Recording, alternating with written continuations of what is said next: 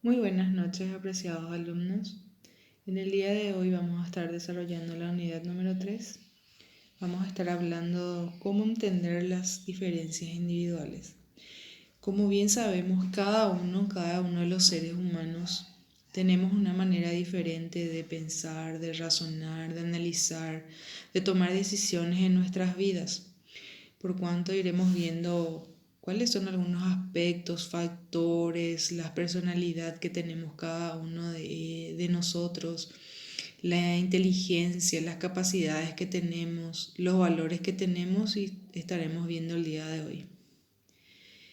Habla una pequeña introducción donde dice que las diferencias individuales se refieren a variaciones en la manera cómo la gente responde a la misma situación de acuerdo a sus características personales.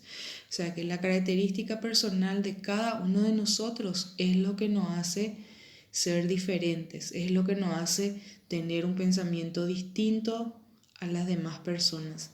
Según mi personalidad o de acuerdo a mis características, de acuerdo a cómo afecta en mí tal situación o una X situación, ¿verdad?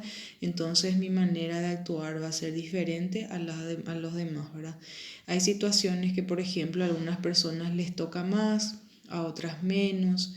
Entonces, por eso es muy importante siempre tratar de ponerse en el lugar del otro, ¿verdad?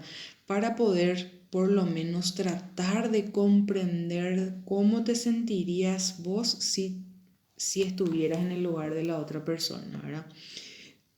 Las diferencias individuales ejercen un profundo efecto en el rendimiento y la conducta en el trabajo. O sea, mi relacionamiento va a afectar el rendimiento que yo pueda dar en mi trabajo, ¿verdad?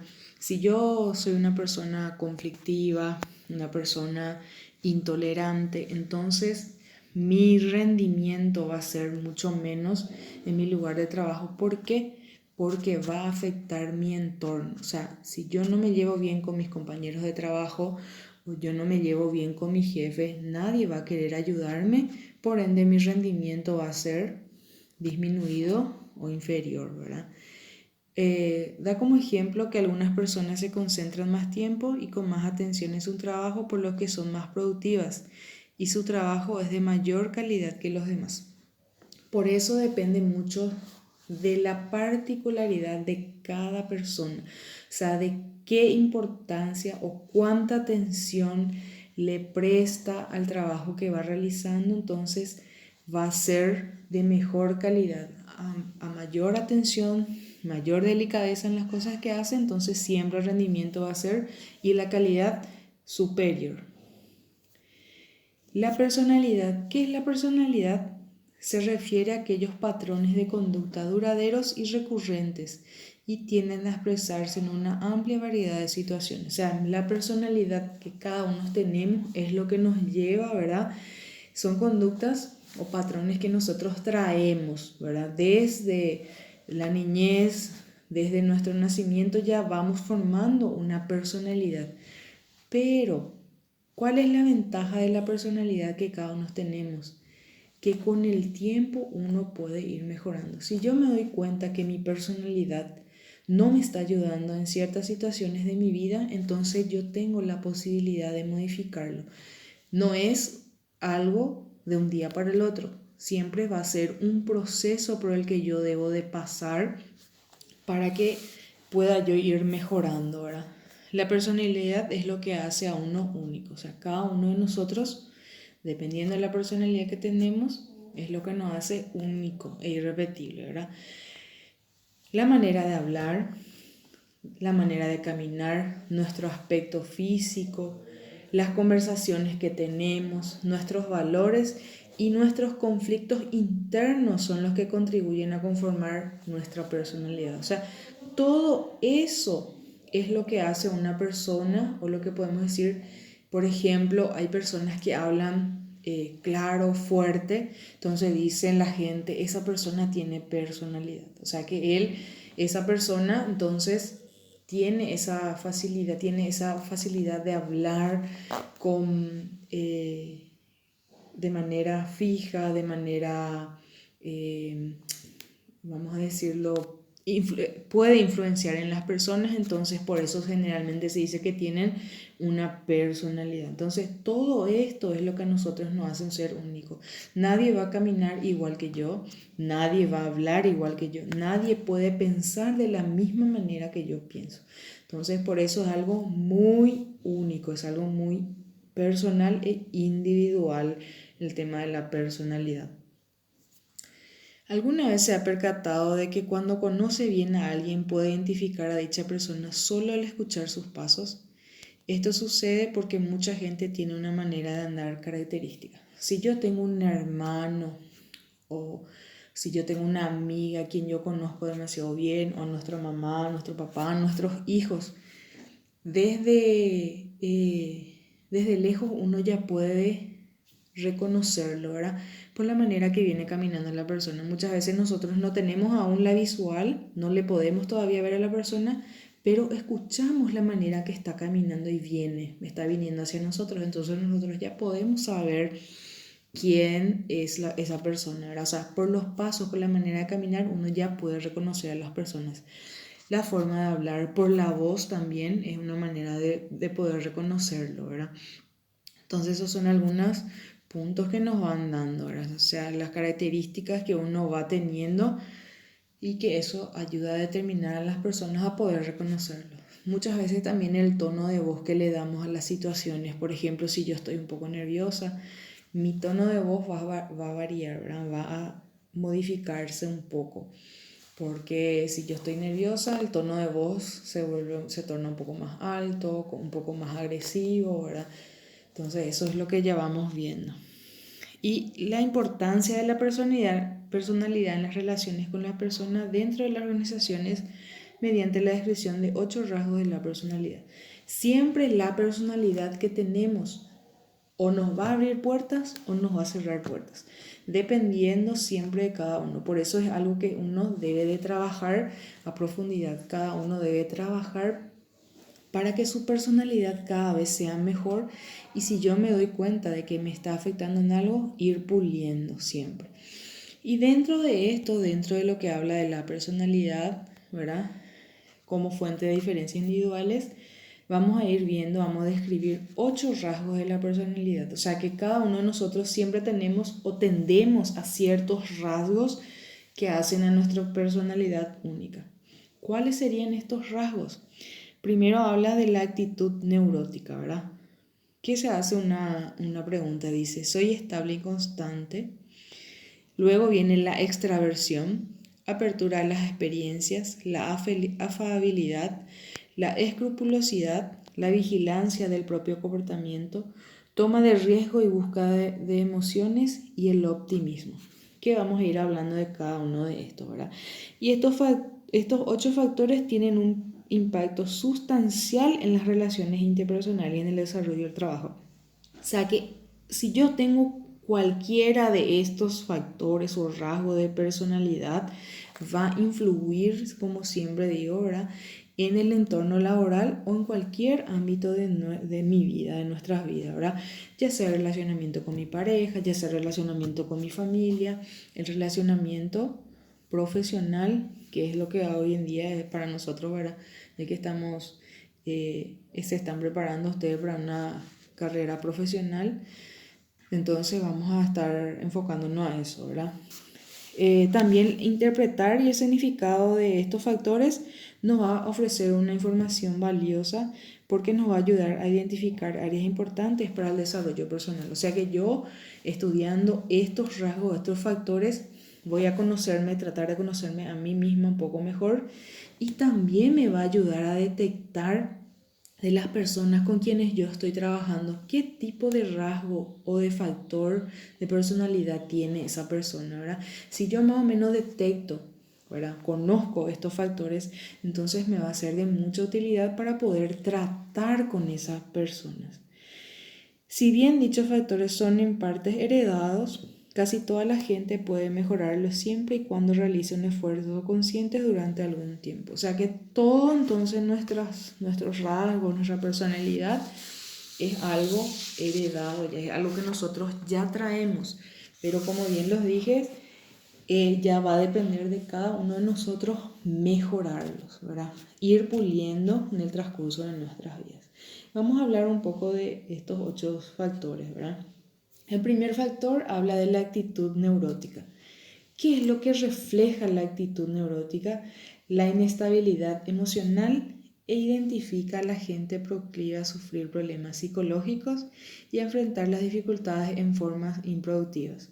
Los rasgos asociados con este factor de la personalidad incluye estar ansioso, nervioso, ser inseguro, enojarse, sentirse avergonzado o deprimido. O sea que si yo detecto dentro de mi organización o detecto que alguna persona con quien yo estoy trabajando, tengo que saber tratarlo, ¿verdad? Si yo sé que una persona un poco ansiosa, una persona que se pone fácilmente nerviosa, entonces yo tengo que tratar de evitar situaciones que lo pongan o más ansioso o más nervioso, porque si pasa a algo más extremo, ¿verdad? Pueden acarrear o ocasionar conflictos entre compañeros, que es lo que siempre se debe de evitar, ¿verdad? Luego tenemos la extraversión, que refleja la cantidad o intensidad de las interacciones sociales, la necesidad de estímulo social, la confianza en sí mismo y la competencia. Las personas extrovertidas son las personas que tienen la mayor facilidad de relacionarse con los demás, o sea, no tienen ningún inconveniente de llegar a un lugar desconocido o estar o formar parte de personas que ni siquiera nunca han tenido un contacto y ponerse a entablar conversaciones. Entonces tiene esa facilidad de poder llegar a los demás, ¿verdad? Porque él tiene esa confianza, él confía, tiene una confianza o tiene una autoestima, tiene esa necesidad de estímulo social, tiene esa necesidad de estar relacionado con los demás y que los demás sientan un estímulo o un agrado hacia él, ¿verdad? Los rasgos que se asocian a la extraversión incluyen ser sociable, amable, asertivo, conversador y activo. Entonces, muchas de las personas, generalmente la mayoría de las personas, están dentro de este rasgo, ¿verdad? Hay veces en que tenemos más de un rasgo, ¿verdad? Podemos ser una persona extrovertida, pero a veces podemos llegar a ser un poco, tener alguna dificultad en tener mi vigilancia del comportamiento, ¿verdad? Cualquiera de los rasgos puedo yo tener, no solamente uno, sino alguna característica de otro de los rasgos, ¿verdad? Entonces, si yo detecto que en mi organización tengo un compañero que es extrovertido y yo soy nuevo en la organización, claro que yo voy a acercarme a esa persona y le voy a pedir ayuda porque sé por su comportamiento, por la manera en que tiene esa facilidad de conversación, va a poder ayudarme, ¿verdad? El otro factor habla de la franqueza o apertura a la experiencia. Refleja la búsqueda de nueva experiencia por el mero gusto de hacerlo. Entonces, hay personas que tienen esa necesidad de experimentar algo nuevo, de tener algo, alguna incentivación en su vida que le haga sentir diferente o que le nace ese sentimiento de hacer algo distinto, ¿verdad? Para que sus emociones puedan ir cambiando. Los rasgos asociados con la franqueza comprenden ser creativo y culto, tener curiosidad intelectual, una mente abierta y sensibilidad artística. Generalmente entonces tienden más a las personas que les gusta el arte, ¿verdad? Porque tienen justamente, como dice, ¿verdad?, esa curiosidad, esa necesidad de experimentar o descubrir algo nuevo, algo diferente. La afabilidad o amabilidad refleja la calidad de la propia orientación interpersonal, o sea que las personas amables. Los rasgos asociados a este factor incluyen ser cortés, flexible, confiado, generoso, cooperador, saber perdonar, ser bondadoso y tolerante. O sea, una persona afable sabemos entonces que es cortés, es generoso, es cooperativo, sabe perdonar si es que ocurre algún inconveniente, es bondadoso y también una persona tolerante. La escrupulosidad o responsabilidad refleja organización, moderación, persistencia y motivación para alcanzar las metas, ¿verdad? Bien como lo dice, escrupuloso y responsable, o sea, van de la mano.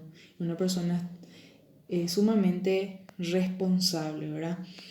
Trabaja de una manera ardua, es confiable y bien organizado. Las personas entonces escrupulosas son súper organizados, son súper responsables, son las personas en quienes vos podés confiar sin problema, a quienes vos le podés delegar un trabajo y sabés que te van a terminar o sabés que te van a hacer así como vos le pediste.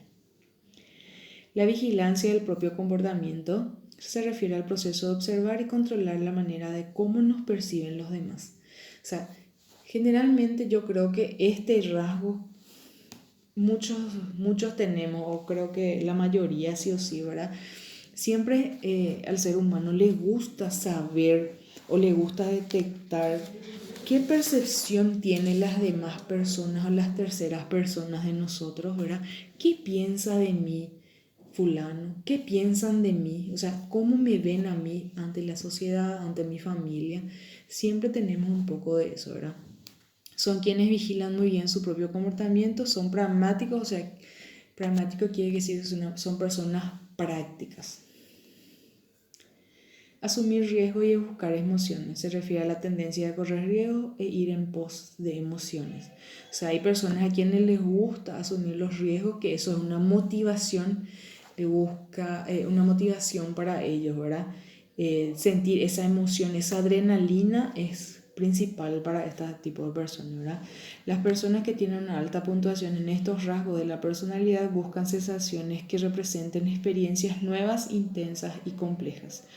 Están dispuestas a asumir riesgo por el simple hecho de tener estas experiencias. O sea, a ellos no les importa asumir los riesgos que puedan acarrear con tal de tener una experiencia nueva.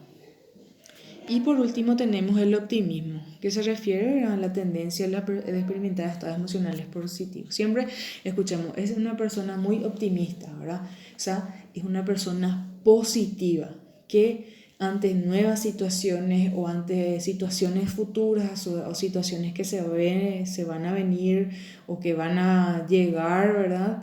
Dentro de su vida, en el trabajo, en las tareas que hace, siempre le busca el lado positivo. Y a creer en casi todas las actividades arrojarán resultados positivos. Este rasgo se considera muy importante en la personalidad. ¿Por qué? Porque el optimismo, como bien lo estuve diciendo, ¿verdad?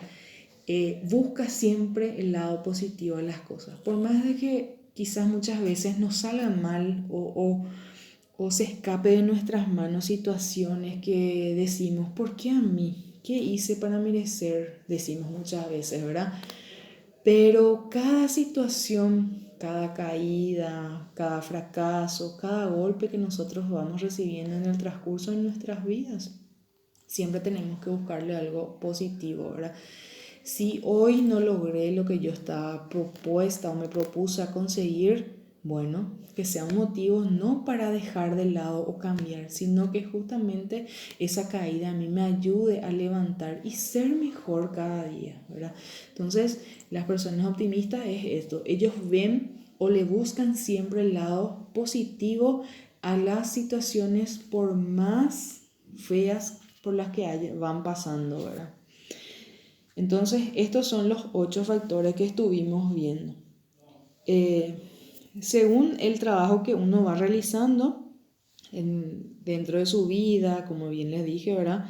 En su vida profesional, puede ser importante para el éxito, ¿verdad? O sea, si yo tengo cualquiera de estos factores, si yo detecto, conozco, yo ya puedo analizar, tener un panorama general de cómo son las personas con quien yo voy a estar trabajando. Una explicación de que la personalidad está relacionada con el desempeño es que un rasgo en particular de esta nos da un efecto positivo hacia ciertas acciones. Por ejemplo, les voy a dar un ejemplo, ¿verdad? Una persona que tiene mucha escrupulosidad cree que si la gente es diligente, trabajará más y recibirá recompensas justas. La escrupulosidad se relaciona con el desempeño en el trabajo en muchas ocasiones diferentes que se han demostrado que es el rasgo de la personalidad que más a menudo se relaciona con el éxito. O sea, va a ir variando, ¿verdad? Dependiendo de cómo, de los factores que tengan cada persona, les va a ayudar a conseguir su éxito, ¿verdad?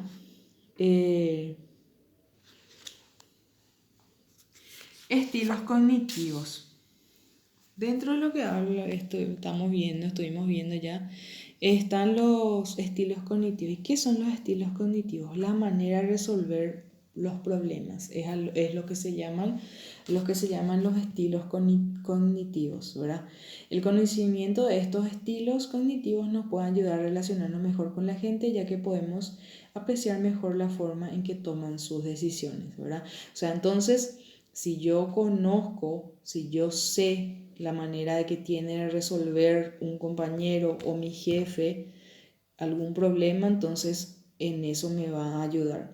Y dentro de lo que hablamos del estilo cognitivo, existen 4 dimensiones del funcionamiento psicológico. O sea, cómo trabaja la parte psicológica en lo que yo voy a poner en práctica o en las situaciones que se me va presentando para poder solucionarlo, ¿verdad? Está el primer punto, la primera dimensión habla del introvertido versus extrovertido. Las personas introvertidas tienden al mundo interior de las ideas, o sea que lo que piensan a profundo. Generalmente la persona introvertida son las personas a quienes les cuesta un poco más relacionarse con los demás y él le da más importancia a lo que él, a su manera interna de ver las cosas. ¿Verdad? Tiene una manera interna, generalmente no reluce o no da a conocer los sentimientos que él tiene, ¿verdad? Y mientras los extrovertidos tienen el mundo exterior de las personas y los objetos, o sea, exterioriza, quita afuera, comparte, analiza con los demás.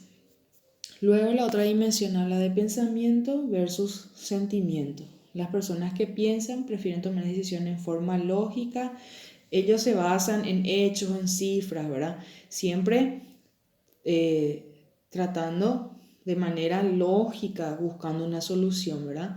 Mientras que los que se dejan llevar por sus sentimientos basan sus decisiones en información subjetiva. Es algo que él se imagina, no es algo demostrado científicamente, por ejemplo, ¿verdad?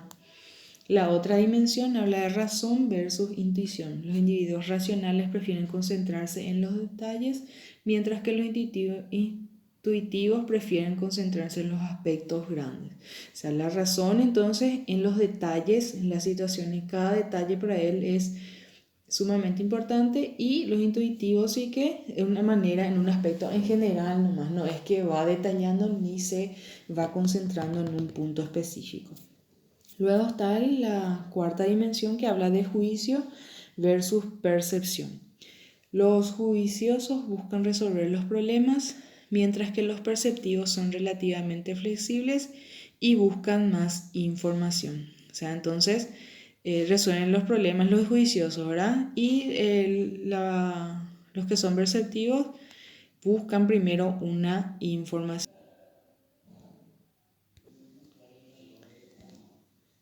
El propósito de presentar información de los distintos tipos de personalidades es ofrecer pautas para individualizar la forma de acercarse a las personas. O sea que yo, teniendo un conocimiento previo de estos factores o estos estilos o estas dimensiones de funcionamiento psicológico, entonces me va a ayudar para poder buscar la manera de acercarme a las personas con quien yo estoy trabajando, ¿verdad?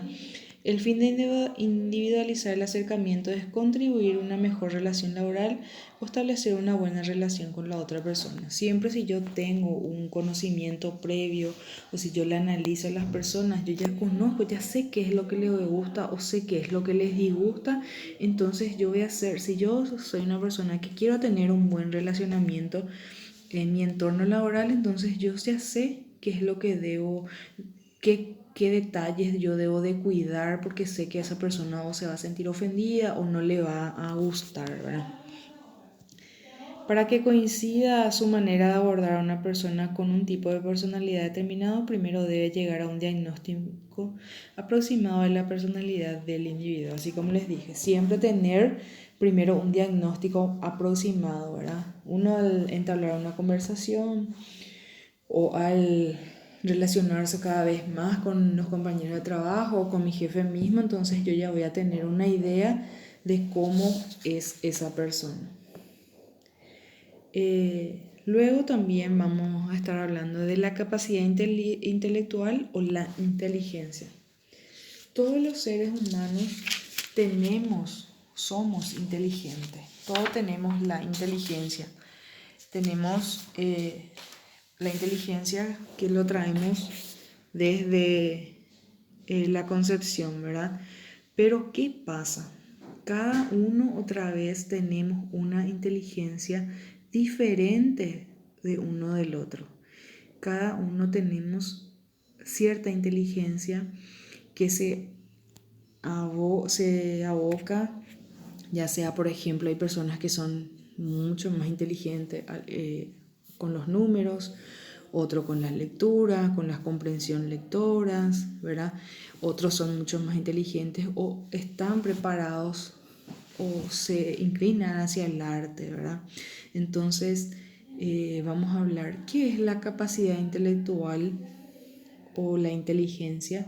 Es una de las fuentes más importantes de las diferencias individuales que afectan el comportamiento y el desempeño en el trabajo. O sea que mi inteligencia va a afectar en mi comportamiento y en los trabajos, las tareas que yo realizo.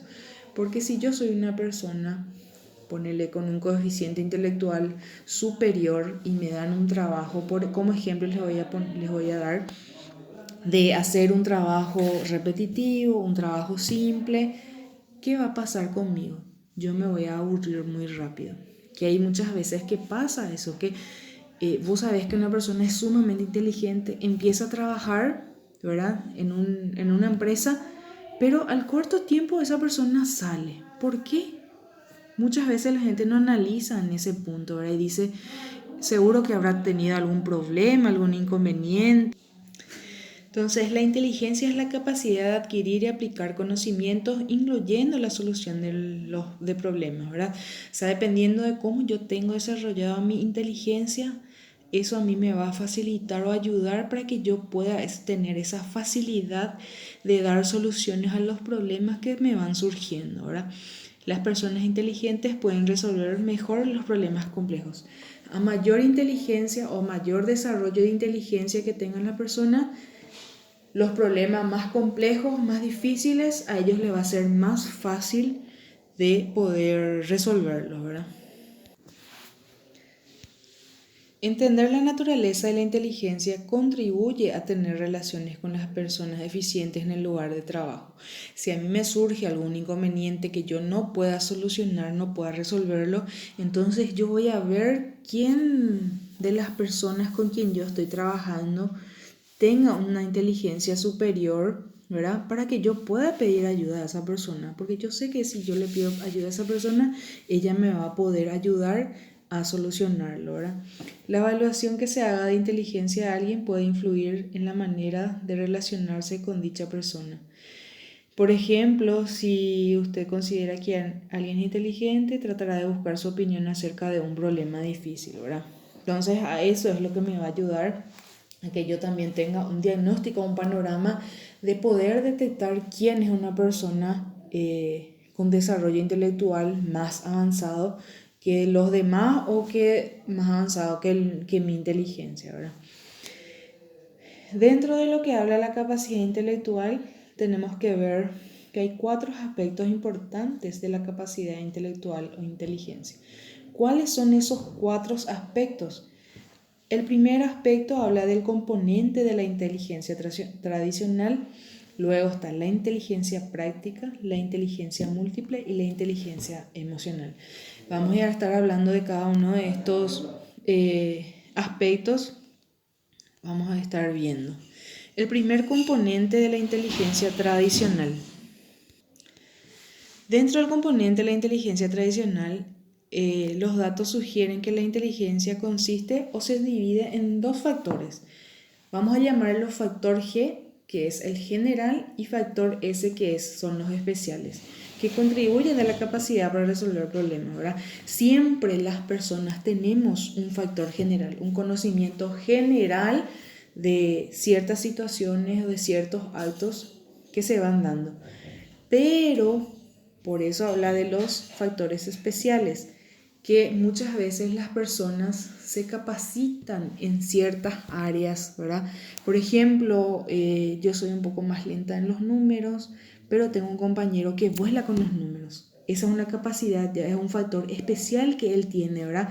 Tiene una mayor tendencia hacia los números, entonces es lo que habla. Y factor general, que nosotros sabemos que 1 más 1 es 2, ¿verdad? Es un factor general que todos tenemos, un conocimiento general, pero algunos tienen un poco más avanzado, entonces ya se lo considera como específico.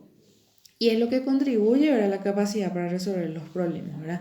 Factor G se define como el factor de la inteligencia que contribuye a la capacidad de desempeñarse bien en muchas tareas. O sea, conocimiento general sobre cualquier situación, sobre cualquier cosa que va surgiendo, ¿verdad? Y factor S se define como componentes específicos de la inteligencia que contribuyen a la habilidad de solucionar problemas.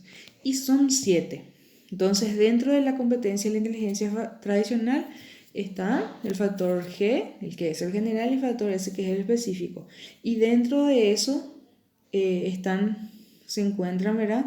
7, que es la comprensión verbal, la fluidez léxica, la agudeza numérica, la percepción del espacio, la memoria, velocidad de la percepción y razonamiento. Eso es lo que entra o incluye dentro de estas competencias. O sea que hay gente, como bien los dije, ¿verdad?, que tienen una comprensión verbal, comprenden, al dar una lectura, ellos ya comprenden, analizan qué es lo que están leyendo en alguna nota, en algún informe o en algún libro, enseguida captan, tienen esa comprensión. La fluidez léxica es la habilidad que tiene de hablar, la destreza de hablar, de poder transmitir a los demás sus conocimientos o sus experiencias, ¿verdad? La agudeza numérica, ¿verdad?, que es la rapidez o la facilidad que tienen con los números. La percepción de espacio, la memoria que tenemos cada uno, la velocidad de la percepción, o sea, que yo sea ágil en percibir ciertas situaciones, y el razonamiento intuitivo, ¿verdad?, que generalmente nosotros vamos a hacer algún trabajo o algo y yo sé o ya tengo la intención de que algo está mal, no me gusta, entonces tengo la posibilidad de modificarlo. El otro factor habla de la inteligencia práctica o triple inteligencia, ¿verdad? A fin de contrarrestar la limitada idea de que la inteligencia tiene que ver en su mayor parte de la capacidad de resolver problemas abstractos, se ha propuesto la teoría de la triple inteligencia, la cual sostiene que la inteligencia está formada por 3 subtipos diferentes. Cuando hablamos entonces de la inteligencia práctica o triple inteligencia, debemos recordar siempre el analítico, creativo y el práctico, ¿verdad? El subtipo analítico es la inteligencia tradicional que se necesita para resolver problemas difíciles. Se requiere para tener un buen desempeño como estudiantes. O sea que el primer punto, ¿verdad?, del subtipo es el analítico. Es la persona entonces a quien le gusta resolver los problemas. Cuanto más complejos, más difíciles, a él le fascina, le encanta, ¿verdad? Tiene esa facilidad. Luego está el creativo, que es el tipo de inteligencia que necesita para la imaginación y la combinación de cosas de manera novedosa, ¿verdad? O sea, es una persona creativa, a una situación le da creatividad, ve la manera, busca otra forma de hacerlo o de llevarlo en práctica. Y luego está el práctico, que es el tipo de inteligencia que se requiere para adaptar el entorno a las propias necesidades. O sea, soy una persona práctica, de acuerdo a mi necesidad, entonces yo voy analizando, voy haciendo las cosas, ¿verdad? La idea de la inteligencia práctica ayuda a explicar por qué a alguien a quien le cuesta trabajo la escuela y puede ser un empresario político o atleta exitoso, ¿verdad? Porque eso muchas veces quiere ocurrir o ocurre, ¿verdad? Que algún compañero de colegio en su época quizás haya sido el peor alumno o el peor compañero con más bajas calificaciones, pero luego en la vida real, en el momento en que él se va a desempeñar como profesional o se va a comenzar un trabajo, es el más exitoso de todo, ¿verdad? ¿Por qué? Porque realiza o practica esta inteligencia práctica. O sea, él es una persona práctica en quien se les puede dar ciertas instrucciones y él va a realizar sin ningún inconveniente la tarea. La inteligencia práctica incorpora las ideas de sentido común, la sabiduría y la inteligencia en lo cotidiano. O sea, en lo que día a día él va realizando es lo que a él le va ayudando, ¿verdad? Alguien con una gran inteligencia práctica también gozará de buena intuición, una forma de saber o razonar basada en la experiencia. Ahí estuvimos viendo entonces ya lo que es la inteligencia práctica o triple inteligencia. Luego tenemos la inteligencia múltiple, que otra forma de entender la inteligencia es mediante la teoría de las inteligencias múltiples. La inteligencia múltiple sostiene que las personas saben y entienden el mundo de maneras muy diferentes y aprenden de distintas maneras. O sea, de distintas maneras cada uno de nosotros tenemos la forma de aprender algo. Las personas que poseen las siguientes 8 inteligencias en grados variables. Estos son algunos de los uno de los tipos de inteligencia múltiple que las personas podemos tener más de uno. Vamos a ver, el primero habla de lingüística, permite a las personas comunicarse por medio del lenguaje, incluida la lectura, la escritura y el habla. Hay personas que tienen esa facilidad de escribir o de hablar, de conversar, de entablar una conversación sin ningún inconveniente, ¿verdad? Otro es lógico-matemática, ¿verdad? Que permite que los individuos vean la relación entre los objetos y resuelvan los problemas, ¿verdad? Él analiza todo, es por eso habla de manera lógica, relaciona los objetos con los problemas. Luego está el musical, que otorga a las personas la capacidad de crear y entender los significados que surgen en los sonidos y de disfrutar diferentes tipos de música, ¿verdad? Como bien sabemos, hay personas que tienen tendencia al lado musical, entonces es un tipo de inteligencia múltiple. O sea, él se enfoca, ¿verdad? Tiene esa capacidad de poder disfrutar de los sonidos y de poder transmitirlo, ¿verdad? El espacial, que es la que permite a la gente percibir y manipular las imágenes en el cerebro y recrearlas a partir de la memoria como se requiere en el diseño gráfico. Generalmente entonces el espacial va acorde a los diseñadores gráficos. El cineasta, que permite que la gente utilice su cuerpo y sistemas motores hábilmente, como en el baile, en el deporte, ¿verdad? O sea, ellos pueden demostrar su inteligencia a través de sus movimientos.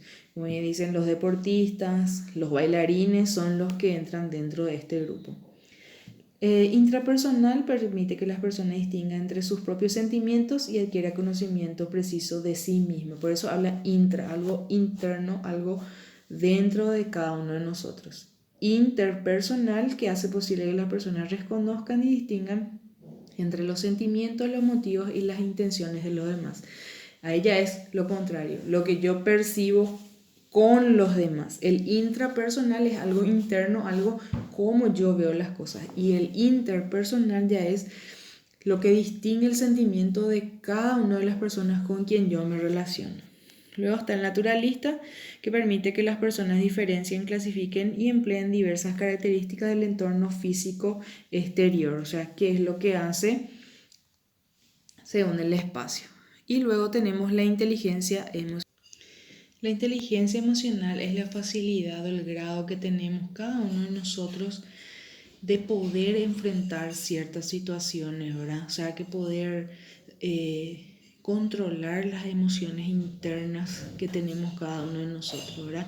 La inteligencia emocional también es poder afrontar situaciones adversas, poder comprender a las demás personas, no solamente pensar en mí, sino poder o tratar de comprender, ponerse en el lugar de la otra persona, ¿verdad? El practicar la empatía. Las últimas investigaciones han difundido la idea de la inteligencia emocional, la cual sugiere que la efectividad con que las personas empleen sus emociones tiene un importante impacto en su éxito. O sea que cuanto más inteligencia emocional, cuanto más yo sé controlar las emociones que voy sintiendo o exteriorizando, va a ser un impacto para el éxito en mi vida, ¿verdad? La inteligencia emocional se refiere a cualidades como entender los propios sentimientos, tener empatía con los demás y controlar las emociones para mejorar la vida. Los factores claves que se incluyen en un análisis reciente de la inteligencia emocional son, primero, conocimiento de uno mismo, ¿verdad? O sea, yo tengo que tener la capacidad de entender mi carácter, mis emociones y mis necesidades. Y así el impacto que yo tengo con los demás, ¿verdad? Alguien que se conoce bien a sí mismo sabe si está presionando demasiado a los demás. O sea, todo eso primero yo me tengo que conocer, yo tengo que saber cuáles son mis emociones, tengo que conocer cuáles son las necesidades que yo tenga, ¿verdad? El autocontrol, la capacidad de controlar mis propias emociones y actuar con integridad y honestidad de una forma constante y aceptable. O sea, yo tener un autocontrol de ciertos actos que me desagradan, ¿verdad? Tratar de controlar para que yo no pueda tener algún enfrentamiento con otras personas. El grado adecuado de autocontrol ayuda a evitar que alguien haga berrinches cuando las actividades no salen como estaban planeadas. Los empleados eficientes no dejan que su mal humor ocasional le arruine su vida.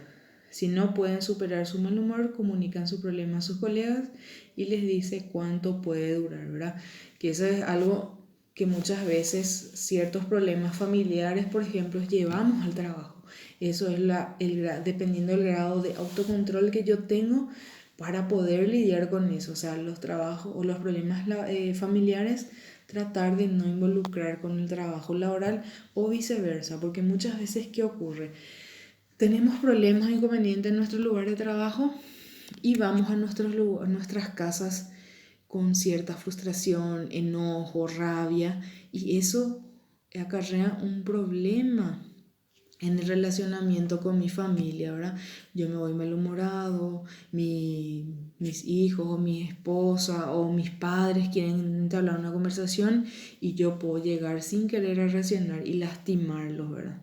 Entonces, por eso el autocontrol es sumamente importante. Sensibilidad social, que incluye la empatía con los demás y la intuición acerca de los problemas laborales, ¿verdad? Tener esa sensibilidad por los demás. No solamente pensar en mí, sino cómo se siente esa persona con quien yo estoy trabajando, por ejemplo, ¿verdad?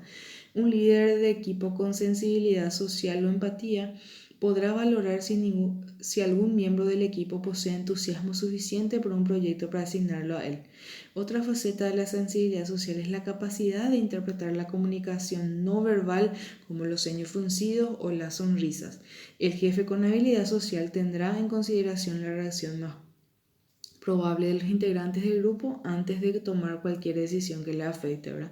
Entonces, esas son algunos puntos en los que te ayuda a tener esa sensibilidad social, ¿verdad? Yo con un simple gesto que realiza las personas con quienes yo trabajo, entonces yo ya puedo saber si le es desagradable o es desagradable, o si una persona está muy entusiasmada, poder apoyarlo para que pueda realizar las tareas, ¿verdad? El manejo de las relaciones también es un punto muy importante, ¿verdad? Que comprende las habilidades interpersonales de poder comunicarse de manera clara y convincente, resolver conflictos y construir fuertes lazos personales. Los empleados eficientes recurren a las habilidades del manejo de relaciones para difundir su entusiasmo y resolver desacuerdos a menudo con amabilidad y buen humor, ¿verdad? Que este es un punto muy importante también, que nosotros siempre queremos sentirnos como familia dentro de la organización en la cual estamos trabajando, ¿verdad? O sea que es muy importante el relacionamiento que tengan los jefes o nuestros superiores para con nosotros, ¿verdad? Para que yo pueda sentirme como parte del lugar de trabajo. Normas para relacionarse con personas de diferentes niveles y tipos de inteligencia, ¿verdad? O sea que dentro de las organizaciones cada uno de nosotros nos relacionamos no solamente con mi compañero de trabajo, sino con personas de diferentes niveles, ya sean superiores o inferiores, dependiendo del cargo o lugar que yo estoy ocupando en la organización. Entonces yo voy a tener que relacionarme. También, asimismo, el tipo de inteligencia que tiene cada uno. Yo me debo de relacionar con personas súper preparadas, capacitadas, como también en algún momento vamos a relacionarnos con personas que muchas veces, por ejemplo, no tengan un estudio. O sea que todo eso, todos esos aspectos, si yo puedo detectar dentro de la organización en donde yo me estoy desempeñando, a mí me va a ayudar bastante, porque yo no puedo ir a hablarle con palabras técnicas a una persona que no tenga, por ejemplo, un estudio culminado, ¿verdad? O no puedo ir a hablarle de cualquier situación a una persona súper capacitada, ¿verdad? O sea, yo ya me tengo que ir con ciertos planteamientos y preparados, ¿verdad? Por supuesto, no se puede esperar aplicar pruebas de capacidad intelectual e inteligencia emocional a todos los que trabajan, reunir su puntuación y luego relacionarse con ellos de manera diferente según su puntuación. Pero es posible desarrollar en forma intuitiva un sentido para saber la rapidez mental de las personas y el tipo de tareas mentales que hacen mejor. O sea que siempre es teniendo un panorama general. No es que yo voy a llegar en la organización y voy a hacer un test, un trabajo, un análisis diciendo, fulano tiene lógica matemática o fulano tiene habilidad lingüística. No, por la manera de su comportamiento, por la manera de expresarse, uno ya va a ir captando esas situaciones, ¿verdad? A continuación veremos varias formas que vale la pena tener en cuenta para mejorar las relaciones laborales con los demás, ¿verdad? El primero dice que si percibe que otro empleado, ya sea su jefe, ¿verdad?, posee rapidez mental, presente sus ideas con profundidad técnica, incorpore en su conversación palabras difíciles e informes, plantéeles preguntas difíciles deberían de ser. Si yo sé entonces que mi jefe tiene esa característica, ¿verdad? Si percibe que otro empleado es de mente lenta, presente sus ideas con la más mínima profundidad técnica. Siempre va a tener que ser con un vocabulario más básico.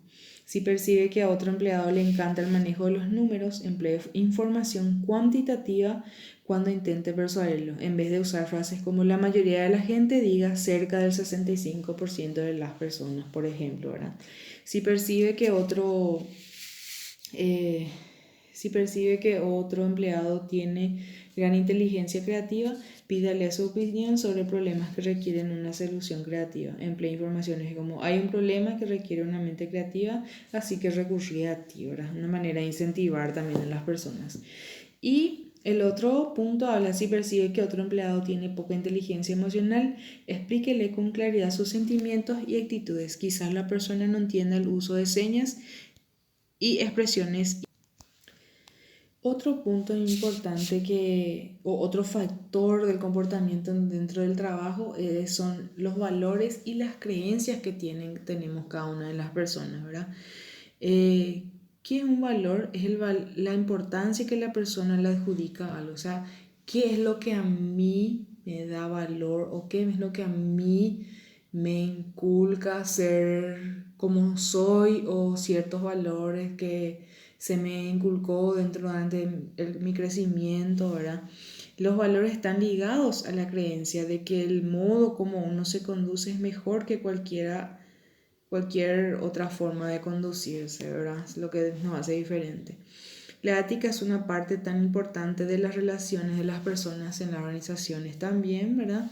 Con frecuencia los diferentes valores de las personas provienen de las diferencias en la edad o en la generación en la que pertenece. Siempre haciendo diferencia a los estratos también sociales, a la edad, al grupo o la generación de la cual nosotros provenimos. ¿Cómo se aprenden los valores? Las personas adquieren los valores en el proceso de crecimiento y muchos valores se aprenden a los 4 años de edad, dice. Una forma importante en que adquirimos los valores es mediante la observación de otras personas o los modelos. ¿Y quiénes serían los modelos? Nuestros padres, los maestros, los amigos, los hermanos o incluso las figuras públicas. Entonces, esos son los valores, son los que vamos adquiriendo mediante la observación. O sea, para mí, observando a mi mamá, voy dando valor a ciertas cosas, ¿verdad? Para mí es un valor sumamente importante el compartir con la familia, por ejemplo, ¿verdad? Porque eso es algo que yo siempre vi, algo que siempre yo observé dentro de mi entorno familiar, por ejemplo, ¿verdad? Y nos da un ejemplo, dice, un propietario de un restaurante se le conocía por su capacidad de ofrecer empleos a jóvenes en problemas y luego de ayudarlos a salir adelante. Cuando se le preguntaba por esta acción que realizaba, explicaba, cuando era niño influyó mucho mi tío Juan. Yo estaba pasando una época difícil, robaba en un negocio y me emborrachaba con cervezas. Mi tío Juan me protegió y pasó horas escuchando mis problemas. Me llevaba a pescar y me preguntaba si podía hacer algo para ayudarme. Al final recapacité, decidí que sería como mi tío si algún día tenía la oportunidad de ayudar a los jóvenes. ¿Cómo influyó, verdad, el comportamiento de su tío en esta persona, ¿verdad? Lo ayudó a cambiar, a recapacitar, ¿verdad? Y eso llevó a él a ayudar a otras personas. Como él fue ayudado, comprendido y escuchado por su tío, entonces es lo que él también hacía con los jóvenes. Las actitudes no manifiestas también pueden modelar sus valores. Si las personas que le rodean no muestran entusiasmo cuando usted habla de los logros en el trabajo, quizás usted no le dará tanto valor al hecho de alcanzar resultados sobresalientes. No obstante, si sus amigos y familiares centran su vida en su profesión, tal vez usted desarrolle valores similares. O sea, entonces las actitudes no manifiestas, lo que no se manifiesta en mi entorno, va a ser difícil de que influya en mí, ¿verdad? O por ejemplo, yo esté muy entusiasmada en lograr un título académico y mi familia no tenga el mismo entusiasmo que yo o no me apoye, entonces con el tiempo puede ser de que yo decaiga o que no pueda llegar al objetivo. La conciencia entre valores individuales y laborales, ¿verdad? En las mejores circunstancias, los valores de los empleados coinciden con los que requieren el trabajo. Cuando se da esta congruencia, es probable que sea de mejor el desempeño. Como ejemplo pone, ¿verdad? Ana valora mucho ofrecer las oportunidades de trabajo a la gente con poca escolaridad y evitar. Los valores son intangibles y abstractos y no es fácil manipularlos para ayudar a mejorar las relaciones entre personas en el trabajo. O sea, siempre que yo entro a trabajar en una entidad, en una empresa, y yo me sienta a gusto, estoy confortable, es porque esa empresa realiza las tareas o las acciones de buena manera que van acorde a mis valores, ¿verdad? Algunos puntos para que se deben tomar en consideración, dice, establezca los valores que empleará en la relación con los demás en el trabajo. Por ejemplo, podría establecer el valor de tratar a los demás como quiere que te traten a usted, ¿verdad? Eso siempre. 2. Establecer los valores que lo guiarán como empleado. Cuando crea que cuando se está apartándose de sus valores, expréselo a su jefe contacto y de manera constructiva. Puede decirle, lo siento, prefiero no hacerles creer a nuestros clientes que el producto de nuestra competencia es de menor calidad solo para hacer la venta. Prefiero no decirlo porque nuestras competencias hace buenos productos, pero sí diré que nuestro servicio es excepcional, ¿verdad? O sea, que la gente no según el valor que yo tenga, entonces yo no voy a caer en que a mí se me exija, obligue a que yo tenga que mentirle al cliente, ¿verdad? O sea, la persona que tenga buen valor va a buscar la manera más sutil de decirle a las personas que opten por su producto. Y otro habla que recuerde que muchos valores es cuestión de opinión. Si usted cree que sus valores son correctos y que todo el que no esté de acuerdo está en lo incorrecto, tendrá conflicto a menudo. Por ejemplo, usted puede creer que el valor más importante que deben tener los directivos es dar altos rendimientos a los accionistas por su inversión. Otro empleado puede creer que las utilidades son importantes, pero que ofrecer empleo a la mayor cantidad posible de gente es un valor igualmente importante.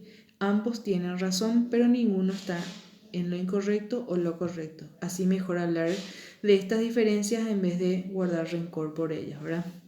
Entonces, muy importante el hecho de ver el valor que yo tengo con las tareas o los trabajos que se realizan dentro de la organización siempre.